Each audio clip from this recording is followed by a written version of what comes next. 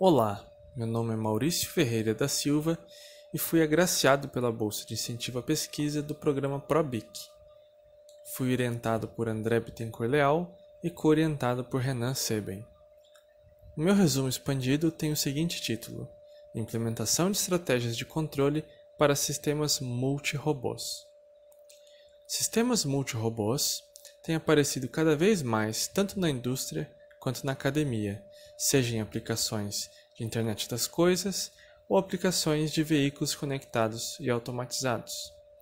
Estes sistemas costumam ter um número elevado de agentes e, consequentemente, de estados e eventos. Um controle supervisório monolítico para estes sistemas gera um grande aumento na necessidade de processamento e na necessidade de memória dos meus sistemas. A representação que nós utilizaremos para os nossos sistemas multirobôs será a seguinte: cada veículo possuirá um autômato. Este autômato conterá as seguintes informações: os estados do meu sistema serão as intersecções dos meus mapas, representadas pelos vértices de um grafo dirigido. Um conjunto de eventos, que são as arestas do meu grafo dirigido, serão as vias que transicionam entre os meus estados, e a função de transição entre elas, que representa o estado de origem e o estado de destino de cada evento, são dadas pelo sentido das minhas arestas. Além disso, nós também representamos o estado inicial de cada veículo através desta flecha, e o estado marcado, ou seja, o estado que representa a conclusão de uma tarefa, através de um duplo círculo ao redor da representação deste vértice.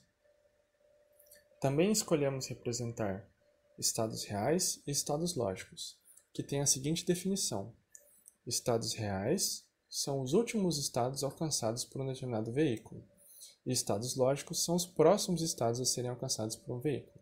Veja que quando acontece a coincidência entre esses estados, significa que um dos meus eventos foi concluído.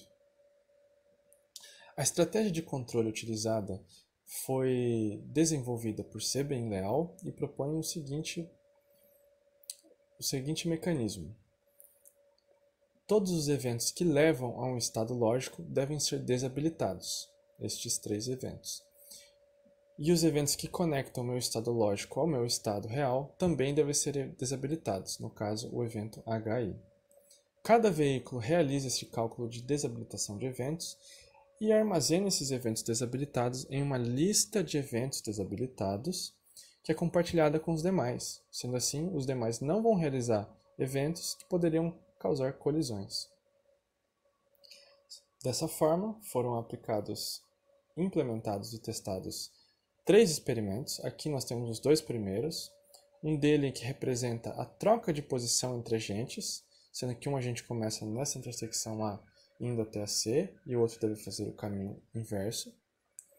Temos também um exemplo com 5 agentes em que eles iniciam o experimento numa coluna à esquerda, devem alcançar a coluna direita e realizam trocas de faixas entre eles para realizar um movimento na diagonal.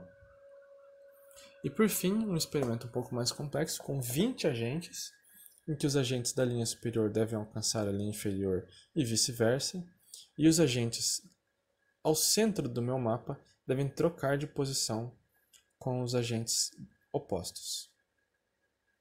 Além disso, foi emulada a comunicação entre os agentes.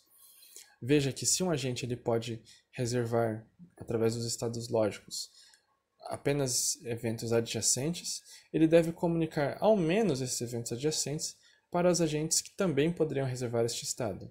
Então ele sempre vai ter ao menos um raio de comunicação maior do que a sua capacidade de reservar eventos.